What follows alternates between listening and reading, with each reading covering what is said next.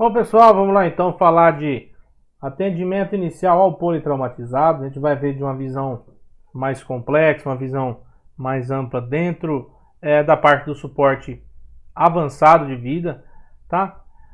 Lembrando que esse atendimento inicial ao politraumatizado ele é dividido em atendimento pré-hospitalar e atendimento intra-hospitalar, tá? O que vai diferir um do outro aqui somente a primeira ordem de atenção, que é a letra X, tá? No algoritmo normal a gente tem o ABCDE e no pré-hospitalar entra a letra X, XABCDE, tá? Que o X é onde entra a parte de contenção de hemorragias insanguinantes ou hemorragias massivas. Vamos lá então falar da distribuição trimodal, né, das mortes por trauma.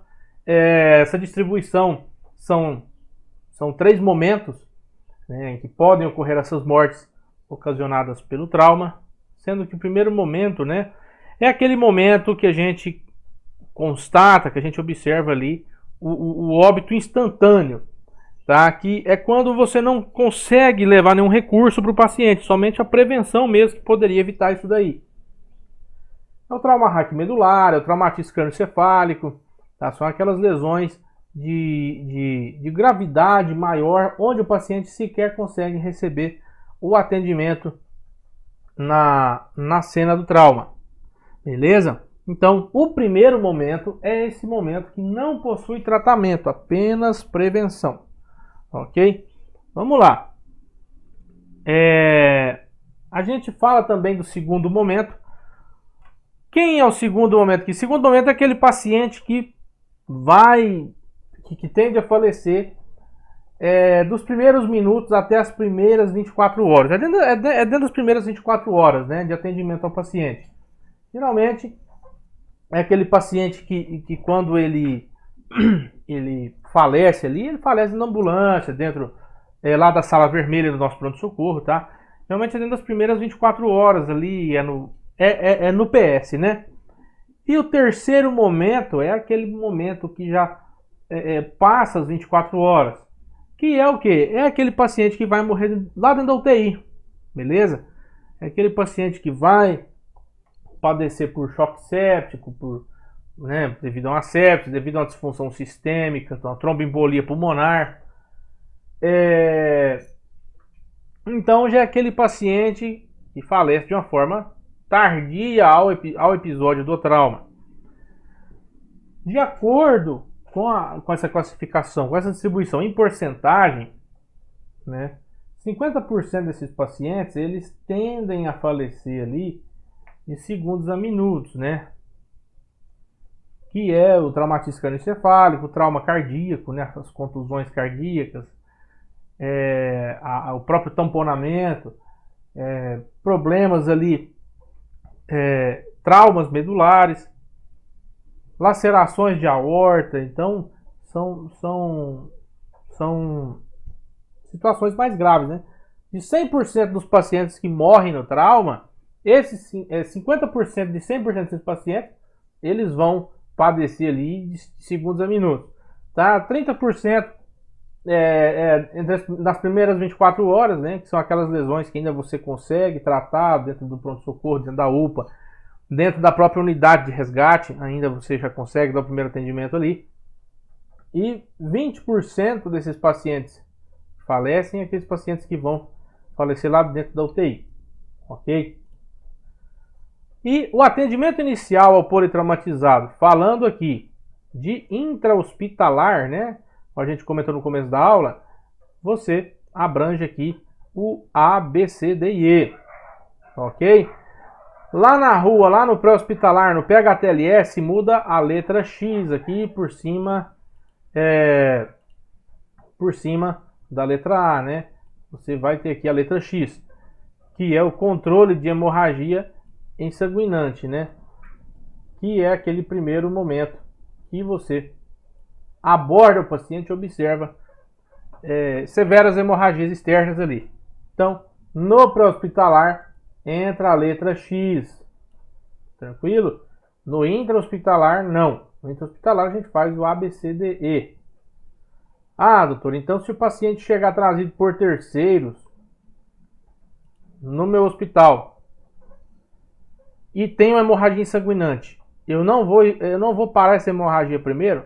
Dentro do hospital, geralmente, se atua com uma equipe multidisciplinar ali, com uma capacidade de profissionais ali em questão de quantidade maior, então acaba se tornando simultâneo isso daí. Então, um já vai avaliando lá questão de hemorragias, né? Outro já vai pegando acesso, então cada um já vai para sua função ali, é simultâneo, é tudo muito rápido, beleza? Então, entrando aqui na letra A, a gente fala de colar cervical, né? Controle e estabilização de coluna cervical e abertura ou permeabilização das vias aéreas.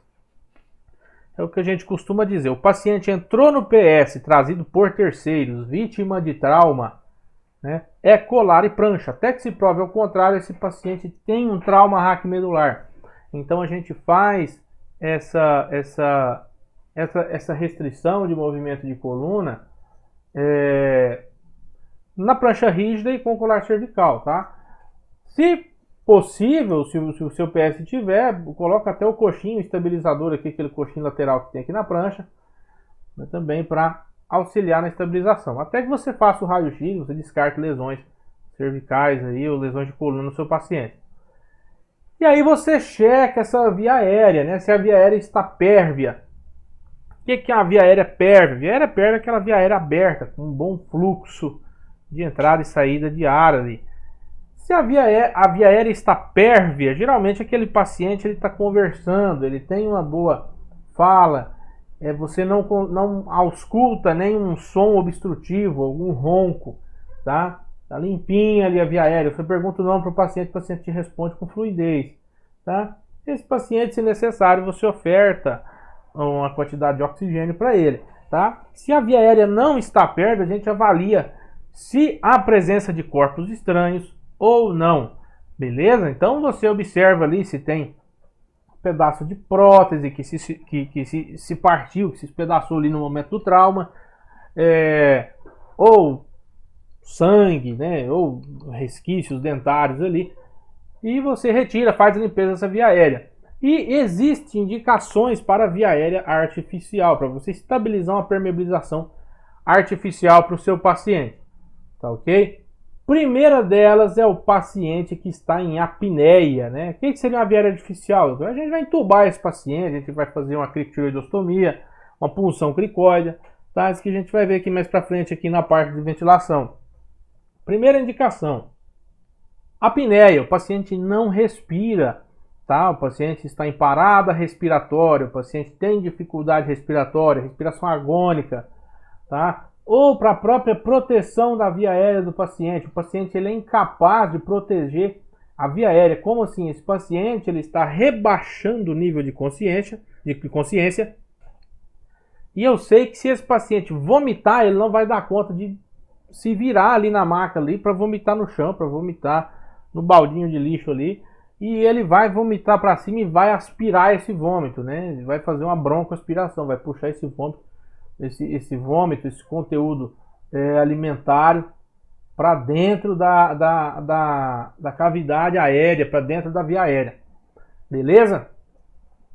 O paciente que tem a incapacidade de manter a oxigenação com máscara, né? O paciente que você está pondo a máscara facial nele, você põe a máscara de alto fluxo, que é aquela máscara não reinalante, a 100%, e o paciente não sobe saturação, o paciente não consegue manter uma saturação melhor ali que 90, 92, né? Muito comum nos casos de Covid agora, o paciente com uso de máscara tá desaturado, saturando 85, 84, então é um paciente que precisa de uma via aérea artificial, de uma intubação orotraqueal aí e uma ventilação com auxílio aí de um ventilador mecânico, beleza?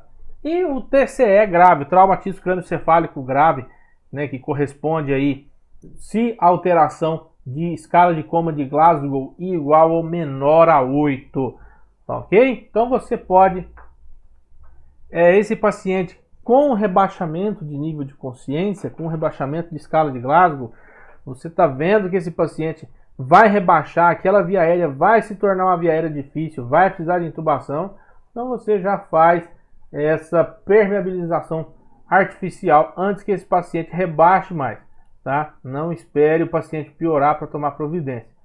Existem manobras manuais para fazer essa abertura, para fazer essa estabilização, manobra de jaw thrust e a manobra de chin lift, beleza? A manobra de jaw thrust, a gente fala a subluxação mandibular, é a anteriorização da mandíbula, beleza? E a chin lift é quando você faz a hiperextensão cervical, tá ok? E abre a via aérea de forma manual. Mas o que é o problema da manobra de jaw thrust? Então, jaw thrust não, perdão, da chin lift, tá? Então, você vai ver também como chin lift e head tilt. A manobra de chin lift, ela é contraindicada a princípio para pacientes com suspeita de trauma cervical, porque você vai mexer na angulação cervical, você vai mexer no eixo cervical do paciente, você vai fazer uma hiperextensão cervical. Então, até que se prove ao contrário, esse paciente ele tem lesão cervical, então a gente tenta deixar o mais estável possível, tá? Tipos de via aérea. Nós temos as via aéreas artificiais, que elas são definitivas ou que elas são temporárias. Como assim? A via aérea temporária geralmente é aquela via aérea que você coloca, que você faz no seu paciente para tirar ele do prego ali, tá? Para estabilizar ele de uma forma rápida, para dar um suporte melhor para ele, para depois trocar esse tipo de via aérea artificial. Botar uma via aérea que vai suportar uma demora melhor. O que acontece? Essa via aérea temporária, ela não protege a via aérea. Como assim não protege a via aérea? Ela não tem um balonete insuflado dentro da traqueia. Ela não veda. Então, ainda o paciente torna-se suscetível a qualquer episódio de vômito, ele aspirar conteúdo alimentar para dentro da via aérea. Beleza? Quais são os tipos de via aérea temporária? Temos a cricotireoidostomia por punção, chamada crico por punção, a máscara laríngea, que mais para frente a gente vai ver esses dispositivos aqui, tá? A máscara laríngea e o combitubo. Só que o combitubo vai depender. O combitubo, na minha opinião, ele tem 2 cuffs de proteção, então protege sim. O combitubo não é uma realidade nossa aqui no Brasil, tá? Utiliza-se muito nos Estados Unidos. Nos Estados Unidos a legislação é outra, então o paramédico ele pode intubar, né? No caso o socorrista lá do suporte avançado.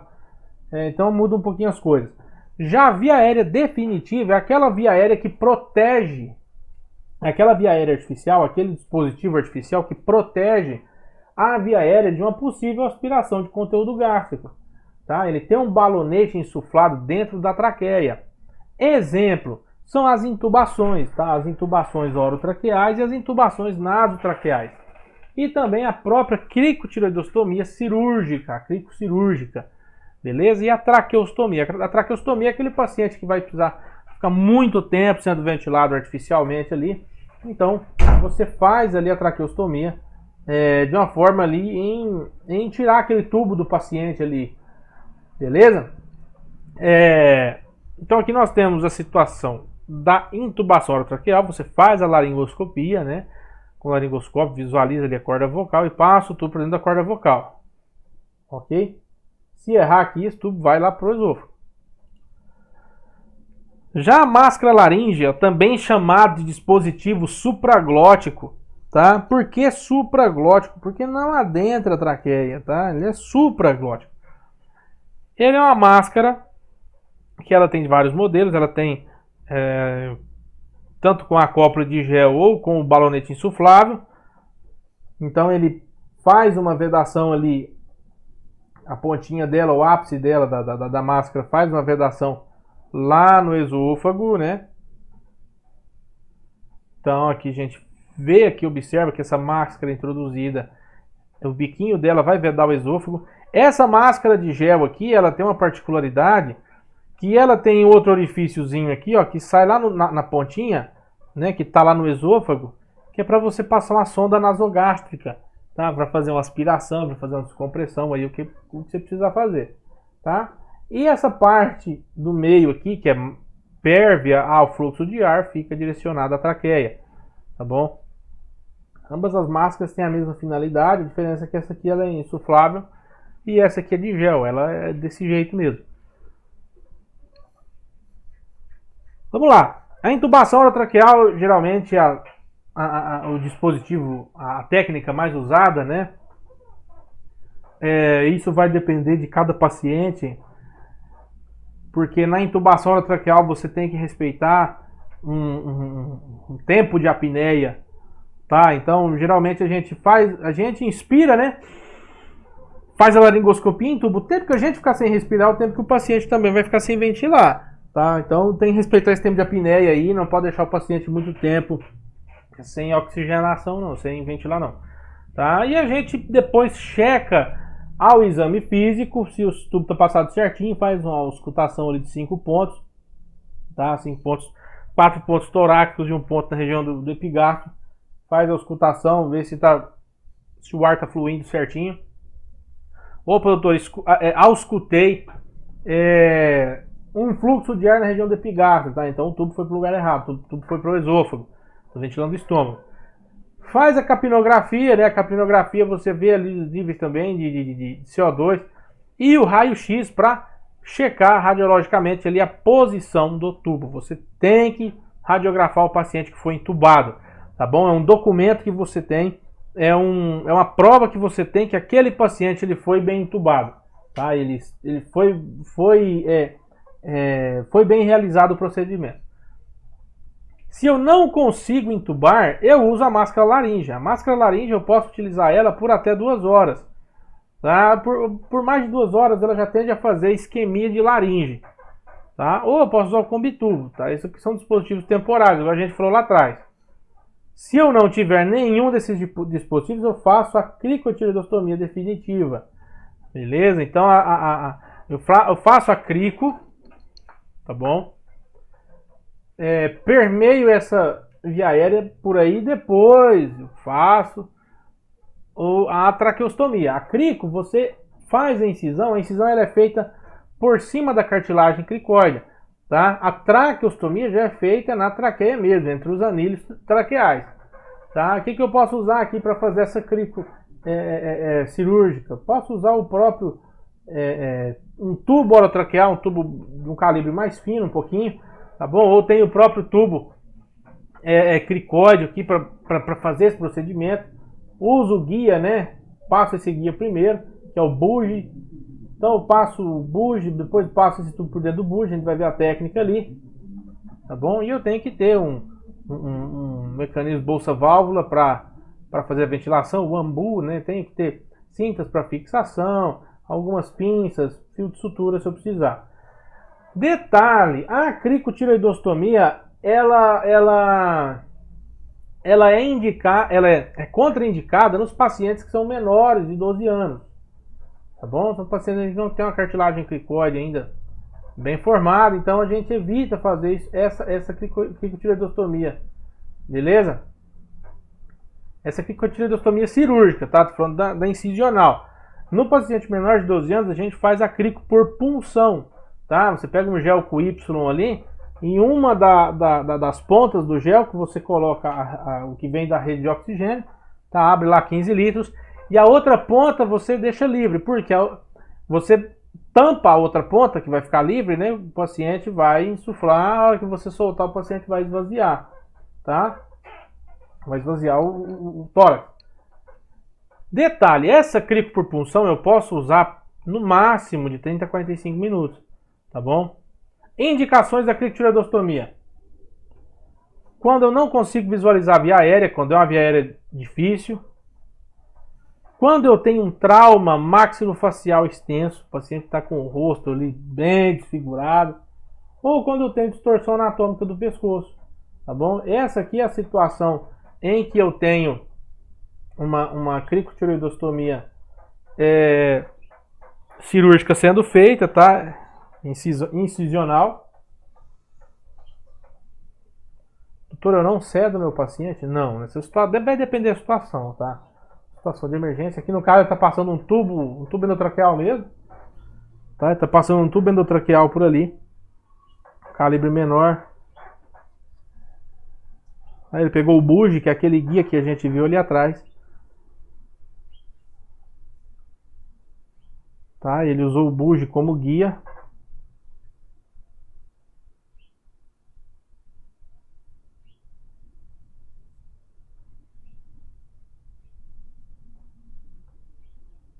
Tá, pessoal? E aí é jogo rápido. Tá? O negócio aqui é você abrir a via aérea desse paciente para esse paciente voltar a respirar o mais rápido possível. Falando da traqueostomia, qual que é a grande indicação da traqueostomia? A fratura de laringe. Tá? Quando o paciente tem uma lesão na laringe e eu vejo ali que está inviável passar um tubo por ali, tá? Então eu faço a traqueostomia. Só que a traqueostomia é um procedimento que sangra muito, então você deixa ela mais para fazer dentro do centro cirúrgico, lá dentro do hospital, tá bom? Eu posso tentar entubar o paciente com lesão de laringe? Posso, tá? Posso entubar, não tem problema. Mas se eu não consigo entubar esse paciente por uma desfiguração anatômica ali, por algum problema assim, eu faço a traqueostomia, ok? Isso é o que diz a última indicação ali da última edição do Safeton e do próprio TLS, tá bom? Beleza, pessoal? Hoje nós falamos de dispositivos utilizados para permeabilização de vias aéreas, tá? Na próxima aula a gente vai falar da questão ventilatória do nosso paciente. Beleza, pessoal? Muito obrigado pela atenção, até a próxima.